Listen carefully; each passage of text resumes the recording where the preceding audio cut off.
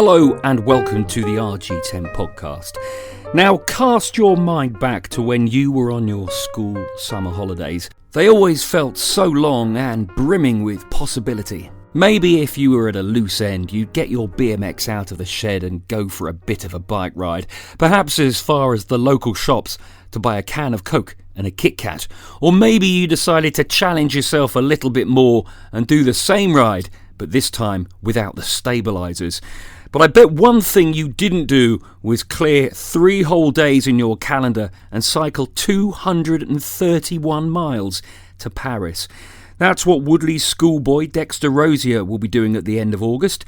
Dexter, who is 12 years old, yes, you heard that correctly, I said 12 years old, sets off on the 25th of August, hoping to get to the French capital for the opening of the Paralympic Games. He's trying to raise £10,000 for 3 charities: Sport in Mind, WheelPower and Fanconi Hope Charity. I've been speaking to Dexter and also his mum Sam, who's made a last-minute decision to join him on this epic adventure. He came up with the idea last summer. So Okay. Dexter always likes to have a challenge. He always likes to have something to kind of focus on. And last summer he said, "Mum, I want to cycle to Paris." And I was like, okay, but you can't just get on your bike and cycle to Paris, because he was 10 then. And I think, in a 10-year-old's head, it's that easy, isn't it? Which is amazing. But I said, that's going to take like a little bit of work and a little bit of training.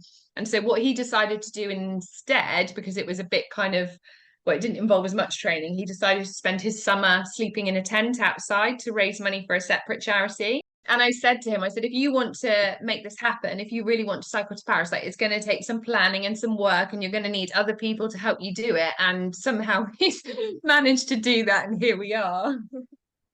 So, a little bit of training, your mum said there, Dexter. Yeah. I think she's probably understating it a little bit. Tell me about the training. What have you been doing? To start off with, we were just in the gym, doing a little bit of weights and short rides on the walk bike, and then we started going out. We started getting further, and then on Sunday we cycled the furthest we've ever cycled. We cycled 70 miles. So, how did you feel after that? Both mentally, I guess, in your head and in your body. My legs hurt a little bit, and my bum really hurts. But that This is was what it. I was going to come on to, because I've done an awful lot of cycling, and more than anything else when you start cycling, it's not your legs. You can deal with your legs. It's not the cardiovascular stuff. It's your bum. And once that starts hurting, that's it. It's gone. There's nothing you can do about it. I didn't want to get quite so into these areas particularly. You put it out there for you. when did you realize that this was going to be the biggest stumbling block on such a massive ride? Was it 1 mile in and you're suddenly thinking, oh, hang on, this is a bit uncomfortable? Tell me, for those who haven't ridden a long way before, tell me about, oh, this is awful, I can't believe we're going down this route. Tell me about when that kicks in. What do you do to conquer it? Is there anything you can do? Well, it kicks in maybe 10 miles, 15 miles through. Oh, no.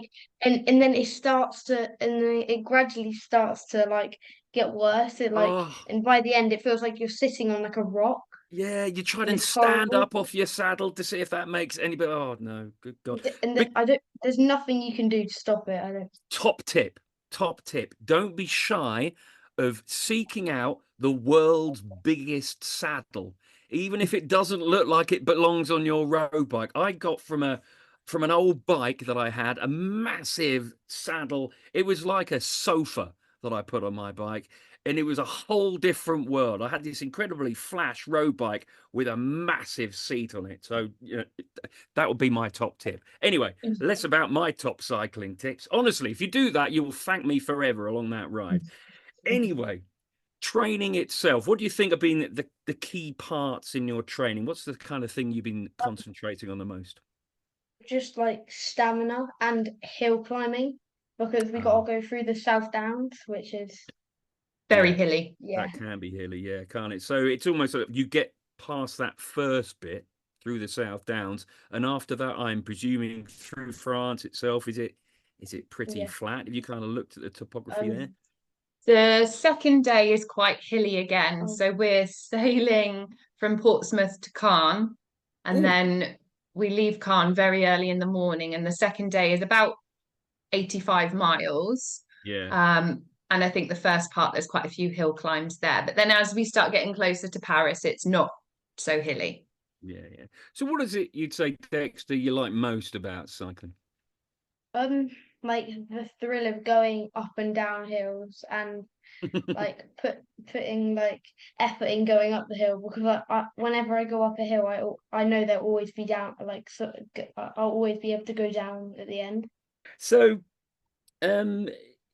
crossing over to you, Mum, when Dexter came up with this idea, what were your original thoughts?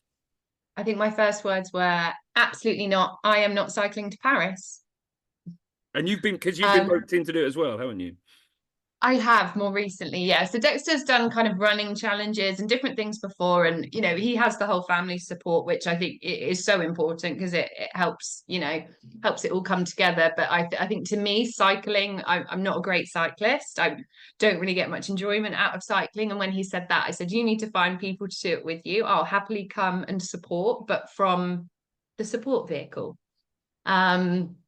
And then about 4 or 5 weeks ago, sadly, somebody had an injury, so they had to drop out.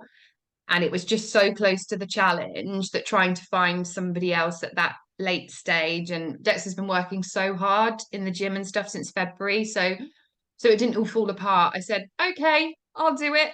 And then I've joined Team Dexter, and I am now doing the training as well. Me and the bike have a love-hate relationship. Yeah. More hate than love. But do you know what? Actually, I think I'm secretly enjoying it probably. And I know that if I do make it to Paris, I will feel a huge sense of achievement that I've been able to do that.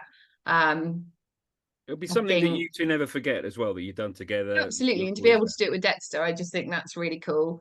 Really, really special. And when you do both go on to, circumnavigate the world on your bikes, you can always look back on this as the start of your biking journey, can't you? So tell me then a bit about the charities, what they are, why they've been chosen. Over to you. Okay. So one of the charities, Sport in Minds, they've like helped me in my past, and like I just really like the charity and I love what they do. So I chose WheelPower because one of the other riders, Dave Covey, who's riding with me and has been helping me train, he introduced me to WheelPower, and I've just been really impressed, and like I really like what they do, and I want to help that charity more. And Fanconi Hope, my form tutor at school, her son has Fanconi anemia, so where like he doesn't have like an esophagus. So when I found out about that, like I wanted to help and I wanted to support the charity. Now, obviously, we'll put all the links of how you can give in the episode notes, but you may as well mention one of them now. Is there anything off the top of your head, any links that you can give us as to where people can give money to the cause? On my Facebook or my Instagram at @BeMoreDexter, there should be a link on my page that goes to a Give As You Live, and you can donate there. Well, both of you, best of luck. Sam, Dexter, it's something amazing that you're doing. I can't quite believe it. It's incredibly impressive. Thank you. That was Dexter and Sam Rosier. Now, at the time of recording, Dexter has hit £3,500 of his £10,000 target, so I urge you to do your bit and help push that number up a bit higher. As mentioned, you can find out how in the episode notes. Thanks for listening to the RG10 podcast. Please check out the back catalogue. This is in fact our 87th episode, so there's bound to be something in there that arouses your curiosity. Maybe something you could listen to whilst training for a ridiculously long bike ride. Goodbye.